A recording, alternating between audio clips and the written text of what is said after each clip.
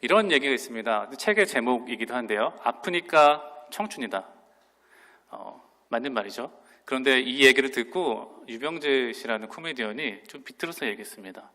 아프면 환자다. 무슨 청춘이냐. 아프면 치료를 받아야 된다는 얘기죠.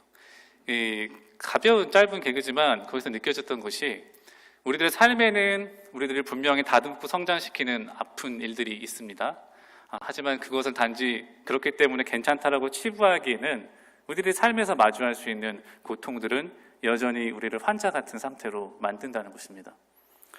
제가 작년에 한국에 있는 아내의 친구에게 아내가 전화를 받았습니다. 그분이 울면서 전화를 하셨는데 이분은 한국에서 결혼하셔서 남편이 있으셨고 또 첫째 아이에서 둘째 갓난 아기를 낳은 지 얼마 되지 않은 그런 상태였습니다. 믿음 생활을 열심히 하던 이 친구분이 남편은 믿음 생활을 열심히 하지 않았습니다. 그렇지만 이분의 노력으로 교회에서 남편이 믿음이 점점 자라나고 1:1 제자연까지 수료하면서 믿음이 차근차근 성장하면서 하나님께서 그 가정에 어떤 일을 이루어 나가신지에 대한 기대감이 있었던 가정이었습니다. 그런데 늦게까지 남편이 야근을 하던 날이 반복되어서 피로를 호소하던 어느 날 아침에 같이 잠들었다가 일어나 보니까 남편분께서 더 이상 이 세상 사람이 아닌 것을 그분이 발견하게 되신 겁니다. 아침이 되어도 계속해서 일어나지 않아서 낌새가 이상해서 살펴보니 그분의 심장이 멈춰 있었고 그분의 호흡은 멎어 있었던 것입니다. 이 청천벽력 같은 일을 겪으신 이 친구분이 너무 황망해서 정신없이 장례를 치르고 제 아내에게 전화를 걸었는데요. 이유는 한 가지였습니다. 제 아내가 목사의 아내였기 때문입니다. 그분이 이렇게 얘기했습니다.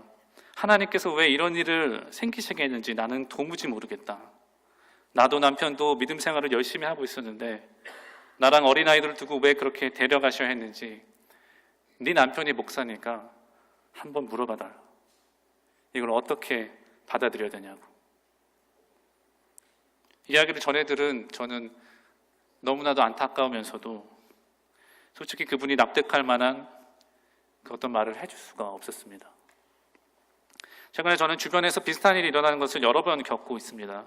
올해 초에는 타주에서 목회하던 제 신학교 동기가 자신의 아내이자 세 자녀의 어머니였던 그분이 같은 상황으로 아침에 일어나 보니 더 이상 이 세상 사람이 아닌 것을 발견하게 되어서 그 교회 분들과 함께 슬픔 속에 장례를 치르고 어린 자녀들을 위해서 어쩔 수 없이 결단하고 한국으로 돌아간 일이 있었습니다.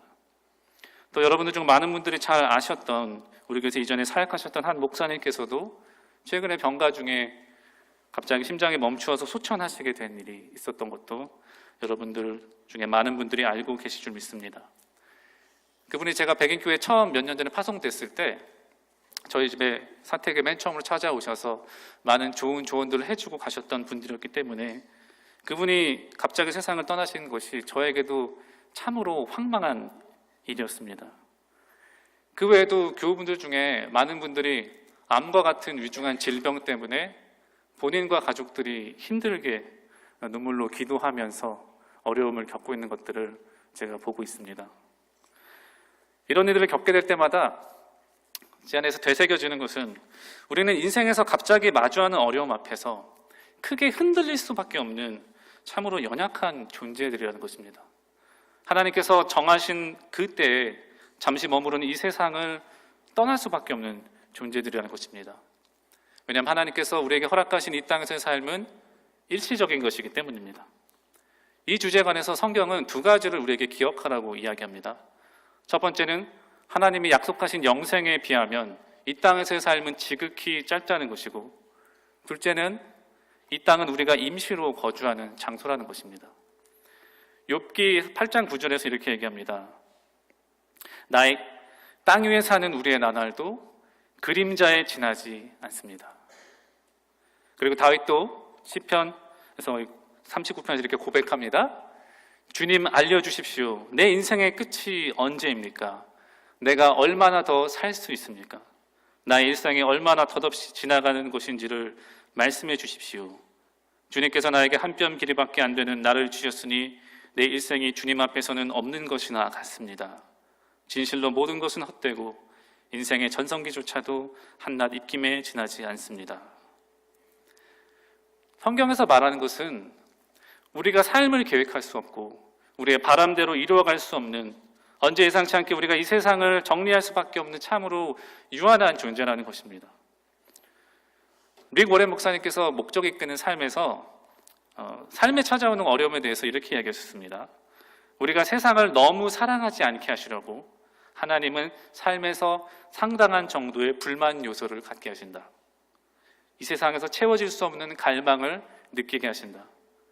우리가 이곳에서 완벽하게 행복하지 않은 것은 그래서는 안 되기 때문이다. 이곳은 우리의 영원한 가정이 아니고 우리는 훨씬 나은 것을 위해 창조되었다. 이 얘기를 듣고 소망이 되면서도, 참 맞는 얘기면서도 저는 아프니까 청춘이라는 말이 떠올랐습니다. 여전히 우리는 이 땅이 우리의 영원한 집이 아닌 걸 알면서도 이 땅에서 겪는 어려움과 힘든 일에 대해서 우리는 아픔을 겪는 환자와 같은 삶을 경험할 때가 우리 가운데 있기 때문입니다. 우리가 여전히 두 발을 이 땅에 딛고 하나님께서 부르신 날까지 살아가면 된다는 것, 그 사실이 우리 가운데 있는 것입니다. 그런 우리들이 그럼에도 불구하고 주인 되신 하나님을 신실하게 믿고 신뢰하고 살아갈 수 있으려면 연약한 우리들이 강하게 만드는, 우리가 붙잡고 살아갈 수 있는 확신들이 우리 가운데 있어야 되는데요.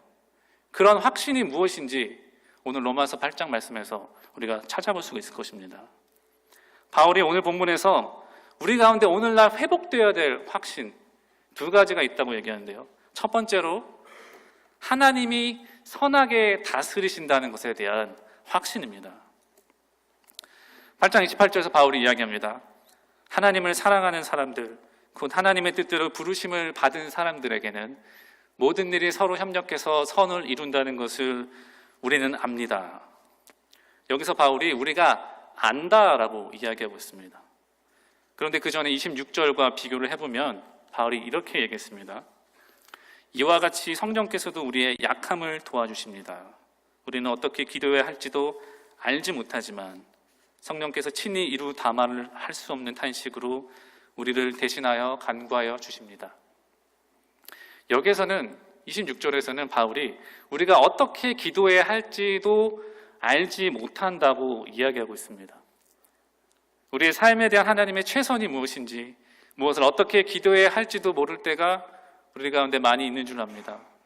어떤 것이 최선의 결정인지 모르고 우리의 현재와 미래를 알지 못하고 우리가 알 수 없고 대답도 할 수 없는 상황들을 우리가 맞닥뜨리는 것을 우리들 각자가 다 경험하고 있는 줄로 믿습니다.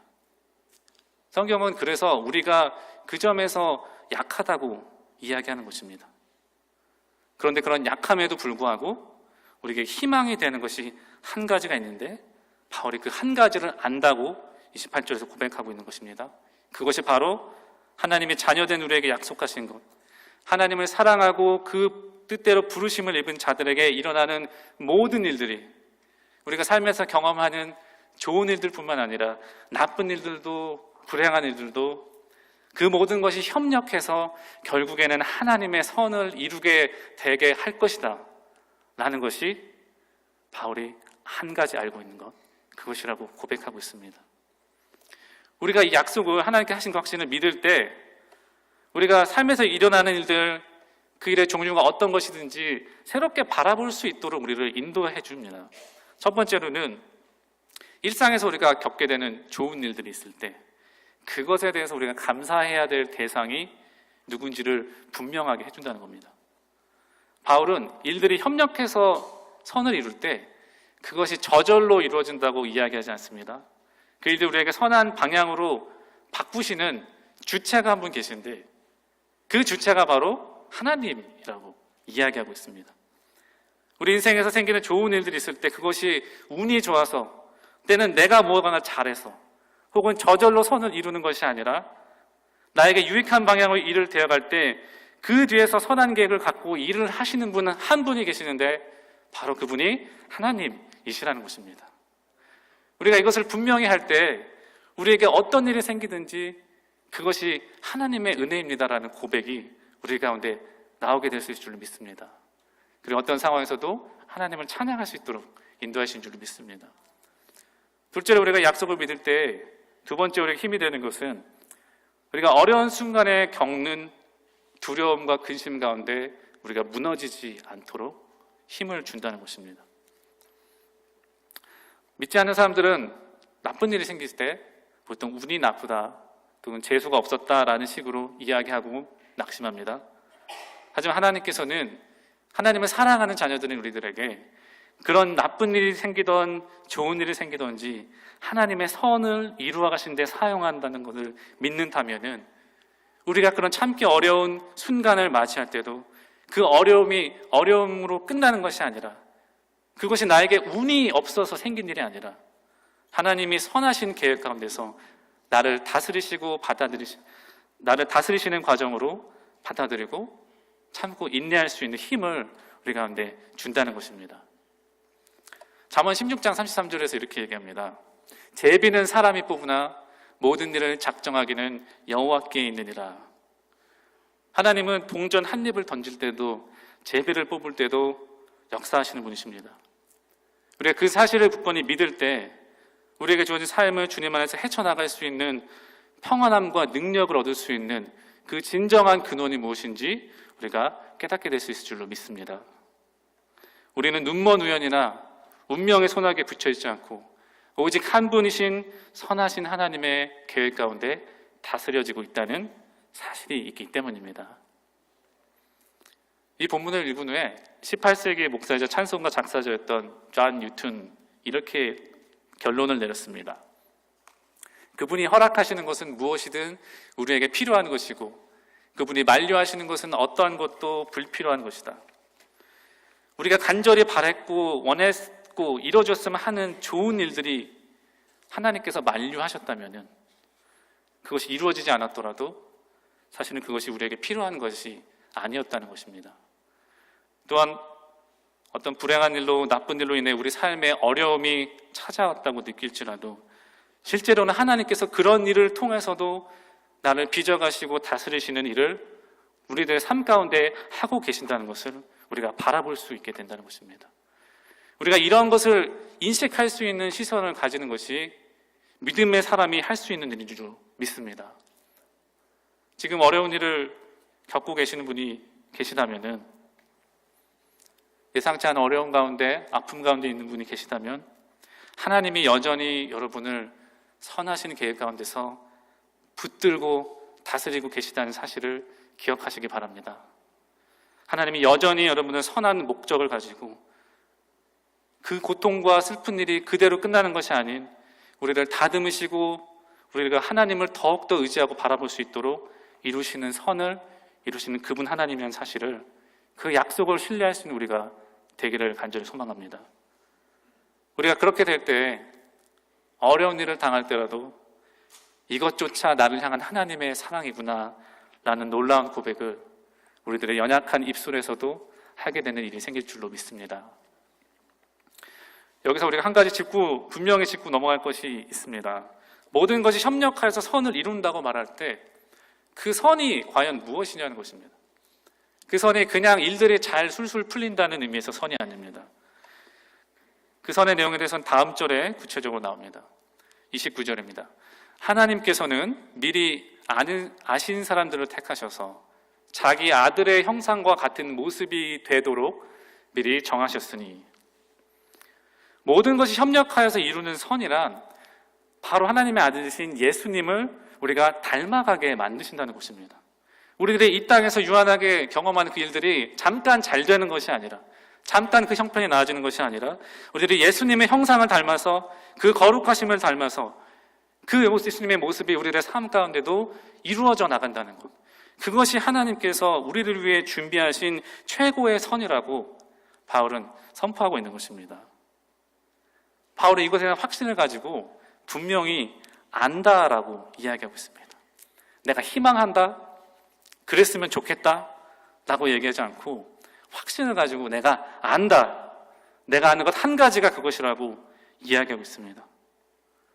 바울은 이런 얘기를 할 자격이 있죠. 수없이 죽음의 위기를 겪고 매를 맞고 어려움을 당했던 그리고 결국은 하나님 위해서 목숨을 드렸던 그가 이런 말을 한다면은 그 가운데서 정말 안다라고 고백할 수 있는 것입니다. 바울 같은 이런 확신이 오늘을 살아가는 우리들 가운데도 있기를 간절히 소망합니다. 두 번째 우리가 회복되어야 될 확신은 하나님의 사랑에 대한 확신입니다. 로마서가 크게 두 파트로 나눠볼 수 있는데요. 1장부터 8장까지가 전반부고 9장부터 16장까지는 후반부입니다. 전반부는 복음의 내용, 방금 복음이 무엇인가, 그 교리에 관한 내용이 나오게 되고요. 그리고 9장부터 16장까지는 실제적으로 우리가 어떻게 살아가야 되느냐를 바울이 이야기합니다. 오늘 본문이 그 전반부에서 가장 마지막 부분에 해당하는 절정에 해당하는 부분인데요. 바울이 이 복음에 관해서 설명하면서 마무리하는 이 부분을, 이 절정의 부분을 건조하게 교리적으로 이야기하고 마무리하지 않습니다. 31절에서 바울이 이렇게 시작합니다. 이런 일을 두고 우리가 무엇이라고 말할 수 있겠습니까? 우리가 주님께서 베풀어 주신 이 약속과 복음에 대해서 우리가 그럼 어떻게 반응해야 되느냐? 우리가 어떻게 말을 해야 되느냐라고 시작하고 있는 겁니다. 성 어거스틴이 이렇게 얘기했습니다. 논쟁할 사람은 논쟁하라. 나는 하나님을 놀라워하리라. 8장에 이르기까지 설명했던 복음의 내용, 교리들 우리가 정확히 알고 있는 것으로도 중요하지만 우리가 31절에 바울이 이 일에 대해 우리가 무슨 말을 하겠는가라고 감격하고 감사하는 것 같은 모습이 우리들 가운데도 필요하다는 것입니다. 바울이 감격을 이어서 5가지 질문을 가지고 이제 가슴 벅찬 선포를 하는데요. 35절을 보기 원합니다. 35절에 다른 질문들을 다 아우르는 질문입니다. 누가 우리를 그리스도의 사랑에서 끊을 수 있겠습니까? 환난입니까? 곤고입니까? 박해입니까? 굶주림입니까? 헐벗음입니까? 위협입니까? 또는 칼입니까? 오늘 살아가는 우리도 주위를 둘러보면 그리스도의 사랑에서 우리를 끊을 수 있는 것처럼 보이는 것들이 있음을 우리가 경험하게 될 줄 압니다. 여기서 얘기하는 환난, 곤고, 박해, 굶주림, 위협, 칼로 대변될 수 있는 많은 어려움들이 오늘을 살아가는 우리들의 각자의 삶에도 한 가지씩은 다 있는 줄을 믿습니다. 바울의 질문은 그렇다면 그런 어려운 일들이, 우리가 그런 힘든 일을 겪을 때에도 우리를 향하신 하나님의 사랑은 여전하냐입니다. 그 질문에 대한 대답은 그렇다입니다. 37절을 보시면 바울이 이렇게 이야기합니다. 우리가 이기고도 남는다. 그러한 일을 겪은 가운데서 우리가 이기고도 남는다고 단언하고 있습니다. 그 어떠한 일이 우리 가운데, 삶 가운데 우리가 마주할지라도 하나님이 예수 그리스도의 피값으로 우리를 사셔서 자녀로 삼아주신 그 고리를 그 어떤 것도 흔들고 끊을 수 없다는 얘기를 바울이 하고 있는 것입니다. 바울의 이 고백의 근거가 어디 있습니까? 37절 하반절에 앞에 나오게 됩니다. 그러나 우리는 이 모든 일에서 우리를 사랑하여 주신 그분을 힘입어서 우리가 이길 수 있다는 것입니다. 우리가 이기는 이유는 내가 가진 실력, 내가 가진 능력, 내가 가진 배경이 좋아서가 아니라 오직 우리를 사랑하시는 한 분, 그분에게 힘을 입을 때 우리가 이길 수 있다라고 바울이 이야기하고 있는 것입니다. 바울이 38절에서 이렇게 선포합니다. 나는 확신합니다. 죽음도 삶도 천사들도 권세자들도 현재일도 장래일도 능력도 높음도 깊음도 그 밖에 있는 어떤 피조물도 우리를 우리 주 예수 그리스도 안에 있는 하나님의 사랑에서 끊을 수 없습니다. 아멘. 이 구절을 보시면은 중간에 여러 가지를 언급하고 있는데요. 그리고 그것들이 하나님의 사랑에서 우리 끊을 수 없다고 얘기하는데요. 바울은 사실 바로 끝으로 갈 수 있습니다. 나는 그냥 확신한다. 우리를 예수 그리스도 안에서 끊을 수 있는 게 아무것도 없다라는 식으로 갈 수 있습니다. 하지만 바울이 그럼에도 불구하고 그 가운데 이 여러 가지 것들을 열거했냐 하면 그것이 그만큼 하나님의 사랑이 그 어떤 것도 흔들 수 없을 만큼 강렬하다는 것을 강조하기 위해서입니다. 오늘 살아가는 우리들도 그 안에 끼워 넣을 수 있는 것들이 많이 있는 줄로 믿습니다. 우리가 겪었던 것들, 겪고 있는 일들을 저 안에다 다 집어넣을 수 있을 것입니다.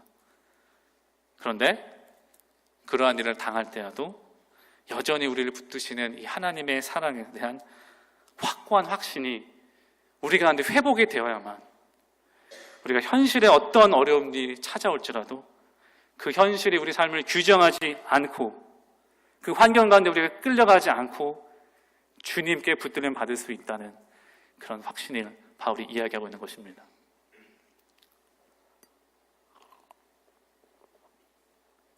이 말씀을 읽으면서 우리 교회 지난 봄철 부흥회 때 강사로 오셨던 김정호 목사님께서 토요일 날 새벽 집회 때 해주셨던 말씀이 생각이 났습니다. 그분이 시카고에서 목회하실 때 섬기시던 곳에서 종종 이름이 잘 알려진 강사분들을 초청해서 강연을 했었는데요. 그때마다 꼭 찾아오시는 한 분이 계셨습니다. 그런데 이분이 강연에 오실 때마다 혼자 오시는 게 아니라 꼭 휠체어를 탄 아들을 데리고 오셨다고 합니다. 그 아드님이 다발성 경화증을 앓아서 몸을 제대로 잘 못 가누는 그런 상태셨습니다. 그런데 이 아버지가 하셨던 일이 꼭 강연이 끝날 때마다 그 아들을 강사님에게 데려가서 아주 자랑스럽게 소개를 시킨 겁니다. 누구누구야 인사해라. 강사님, 이게 제 아들입니다. 그럼 이 아드님이 몸이 불편해서 휠체어에 앉아서 불편한 동작으로 힘들게 안녕하세요라고 인사를 하는 모습을 보면서 목사님이 그게 사실 지켜보기에 조금은 불편하고 민망했었다고 합니다. 그런데 이분이 늘 자랑스럽게 그 아들을 데리고 강연이 있을 때마다 강사님에게 데려가서 인사를 시켰다는 것입니다.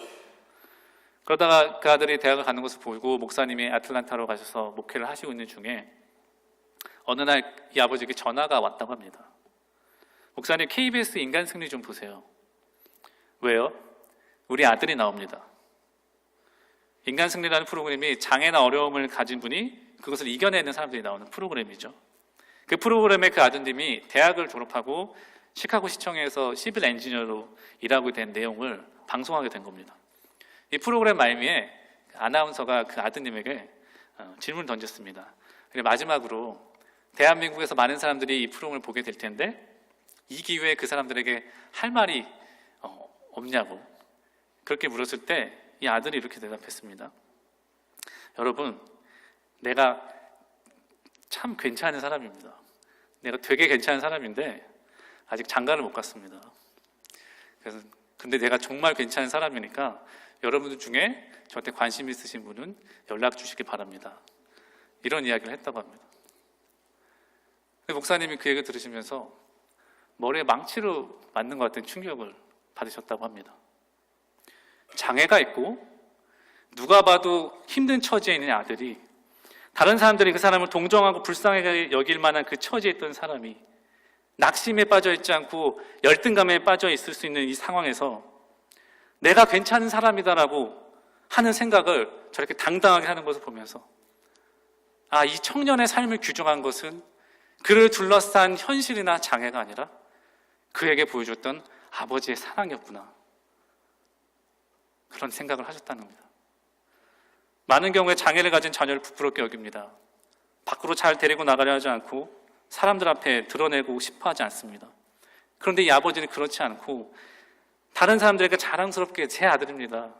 인사드려 라고 부끄러워하긴커녕 자랑스럽게 여겼던 그 아버지의 사랑과 그 심어진 자존감이 이 아들의 삶의 약한 현실이 그 아들을 규정하게 한 것이 아니라 아버지의 사랑이 그의 삶을 규정하게 했다는 것입니다. 우리를 향하신 하나님의 사랑도 이와 같은 줄 믿습니다. 그리스도인으로서 주님의 자녀가 된 우리를 규정하는 것은 우리에게 일어나는 그 어떤 현실이나 어려움이나 질병이나 아픔이 아닌 흔들 수 없이 우리를 영원히 붙들고 계신 아버지 하나님의 사랑인 줄로 믿습니다.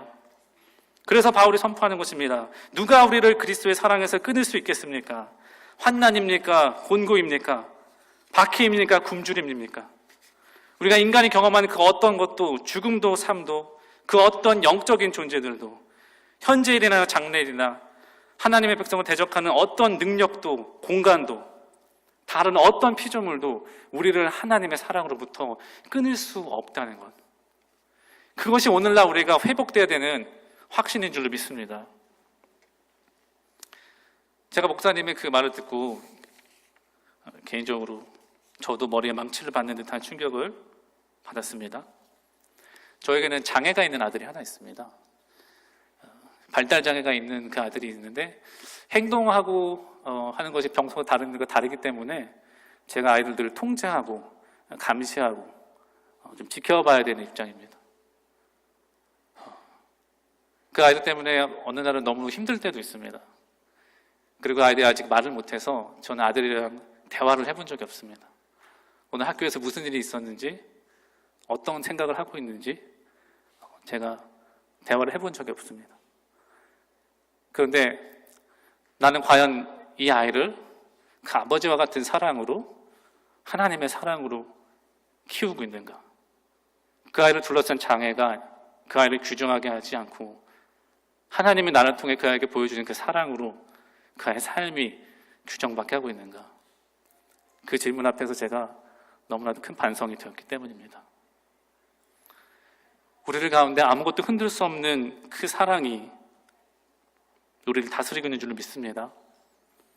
오늘 우리를 향해서 변함없이 사랑을 주시는 그 하나님의 사랑에 대한 확신이 우리 가운데 회복되기를 간절히 소망합니다. 그렇다면 우리가 이 사랑을 입은 우리가 어떻게 그 확신을 유지할 수 있을 것인가 하고 질문할 수 있는데요. 마지막으로 두 가지만 함께 나누고 있습니다. 우리가 이런 확신을 어떻게 유지할 수 있는가? 첫 번째로는 날마다 하나님의 이 사랑을, 이 복음을 여러분 자신에게 되풀이하시기 바랍니다. 이 확신이 흔들리려 할 때마다 반복해서 이 말씀을 읽으시고 말씀을 탐독하시고 그 사랑에 대한 확신을 우리가 회복하시기를 소망합니다. 우리가 예배를 드리고 말씀을 듣고 성경 공부를 참여하고 큐티를 하는 것도 연약한 우리가 이 같은 확신을 계속 유지하고 깊게 하기 위해서이기 때문입니다. 잠시 광고를 드리자면 이 확신을 더 깊이 하고 싶으신 분들은, 남성분들은 다음 주에 열리는 아파학교에 꼭 참여를 해주시기 바랍니다. 하나님께 귀한 말씀을 준비하셨는데 신청해서 오시지 않으시면 하나님께서 슬퍼하실 것 같습니다. 자, 그리고 두 번째로요, 나에게뿐만 아니라 다른 이들에게 되풀이하는 일들을 우리가 감당해야 됩니다.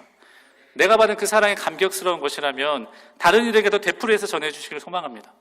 특별히 자녀들이 있으신 분들은 이 복음을 날마다 자녀들에게 직접 우리들 입술로 얘기하기 원합니다. 제가 얼바인 오누리 교회 섬기는 이세 목사님이신 제임스 박 목사님의 이야기를 우연히 유튜브에서 듣게 된 적이 있는데요. 이분이 하셨던 그 간증 중에 인상적인 부분이, 이분이 성경 공부나 설교 시간뿐만 아니라 삶의 모든 순간에 예수님에 대한 복음을 자녀들에게 이야기하려고 노력한다는 것입니다. 예를 들어서 이렇습니다. LA 다저스를 응원하던 아들이 있었는데 다저스가 월드시리즈 졌지 않습니까? 그래서 실망을 너무 하고 있는 겁니다. 근데 본인도 응원했기 때문에 실망스러웠지만 아들에게 찾아가서 이렇게 얘기했습니다. 다저스가 져서 슬프지? 하지만 예수님이 이 세상에서 가장 위대한 월드시리즈에서 완성을 거두셨어. 그분이 진짜 챔피언이야. 우리는 예수님과 연합한 운명을 가졌기 때문에 너도 챔피언이야. 그렇기 때문에 다저스가 져도 예수님 안에서 너는 기뻐할 수 있어. 그리고 장난감을 사줄 때도 이분이 이렇게 그냥 주지 않고 이렇게 얘기한다고 합니다. Do you deserve this? 너 이거 받을 자격이 있니? 그 아이들이 그 얘기를 하도 많이 들어서 훈련이 돼서 우리는 받을 자격이 없어요 라고 대답합니다. 그럼 너희들이 무엇을 받을 자격이 있니? 그럼 애들이 답한답니다. 우리가 마땅히 죽어야 하고 죽을 운명이에요. 그런데 하나님이 우리에게 무슨 선물을 주셨니? 하나님이 우리에게 아들 예수님을 가장 좋은 선물을 주셨어요. 십자가에 못 박혀 죽게 하셨어요. 그렇지. 하나님이 가장 좋은 선물을 우리에게 주셨기 때문에 나도 이제 너에게 선물을 주는 거야. 너희가 뭘 잘해서 주는 것이 아니야. 너희는 자격이 없지만 이 선물을 받는 것처럼 우리도 자격이 없지만 하나님께 선물을 받은 거야. 이 말씀을 들으면서 처음에는 웃었습니다. 뭘 저렇게까지 하시나. 그런데 내 자신이 내 아이들에게 얼마나 예수님에 관해서 평상시 얘기하고 있는가? 그 질문 앞에 저는 할 말이 없어졌고 무릎을 꿇고 싶었습니다.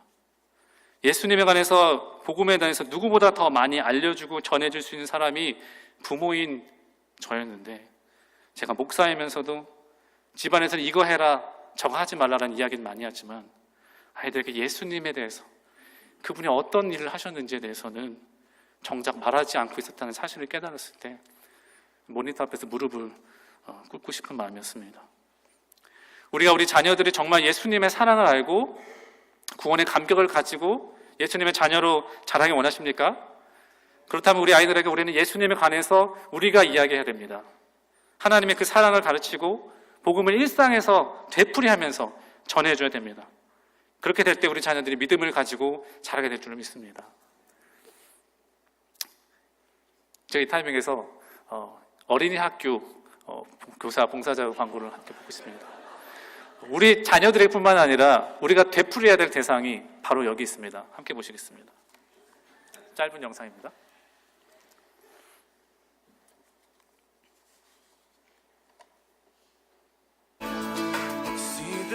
There is an open window in every person's life. And through it flows what we will believe, what we will care for, what type of people we will become. It is a window of potential and opportunity, but it's only open for a moment. You'll find us laughing, playing, talking. We are your children. We are your children. We are your children. Your youth and your responsibility.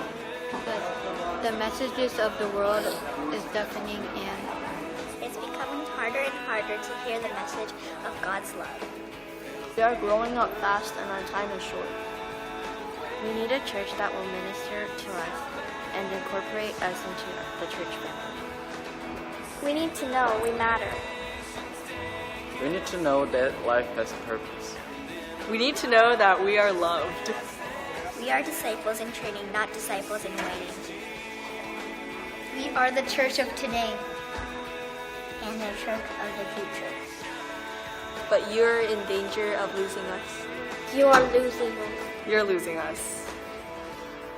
will you do what it takes to reach us? Will you teach us how to live? You can help change our lives. Please take the time to share Christ with us. In 5 years, I will be 20. I will be 17. I will be 10. In 5 years, I'll be 18.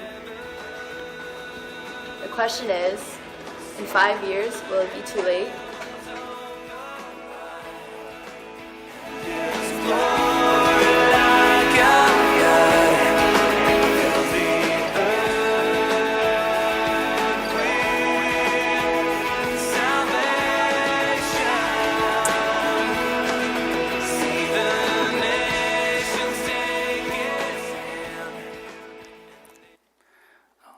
우리 아이들에게, 우리 교회에 있는 우리들 자녀들에게 복음을 가르치는 일들에 여러분들의 많은 헌신과 손길을 기다립니다. 우리들이 하는 것은 일이 아닙니다. 주님의 제자를 세워가는 일입니다. 더 늦기 전에 여러분께서 함께 해주시기를 부탁드립니다. 말씀을 마무리하겠습니다. 오늘 우리가 회복할 확신, 어떤 일을 겪을 때라도 우리가 하나님의 다스리심 가운데 있으며 하나님을 사랑하는 자들에게 그 모든 일을 통해 우리가 예수님을 닮아가는 선을 이루시다는 것을 믿으시는 확신을 회복하시기를 소망합니다. 또한 내가 어떤 일을 겪고 있더라도 나를 구원하시고 자녀 삼아주신 주님의 그 사랑으로부터 우리를 그 어떤 것도 끊을 수 없다는 것을 날마다 기억하시고 그 사랑이 여러분의 삶을 규정하고 인도해가게 하시기를 소망합니다. 그리고 마지막으로 하나님이 나를 향하신 사랑을 날마다 여러분 내면에 그리고 여러분 자녀들에게 주변의 소중한 사람들에게 되풀이하시고 이야기하는 은혜가 우리 가운데 있기를 소망합니다. 아멘. 기도하시겠습니다. 풍성하신 하나님 아버지, 부족한 우리들이 주님의 사랑 때문에 연약함 가운데서도 우리를 붙드시는 하나님 가운데서 소망을 얻고 위로를 얻고 힘을 얻게 됩니다. 주님, 연약한 종들 붙들어 주셔서 어떤 상황에서도 우리를 흔들 수 없는 주님의 그 사랑이, 주님의 그 은혜가 우리를 다스리심을 우리가 붙들고 살아갈 수 있는 주님의 자녀들이 되게 하여 주시옵소서. 아버지, 그 사랑을 우리 안에만 품고 있는 것이 아닌 우리들의 소중한 사람들에게 전하고 되풀이할 수 있는 우리들이 되게 하여 주시옵소서. 주님께서 부어주시는 영으로, 능력으로, 인도하심으로 쫓아가서 주님의 제자를 만드는 일에 우리를 사용하여 주시옵소서. 이번에 말씀 예수님의 이름으로 기도했습니다. 아멘.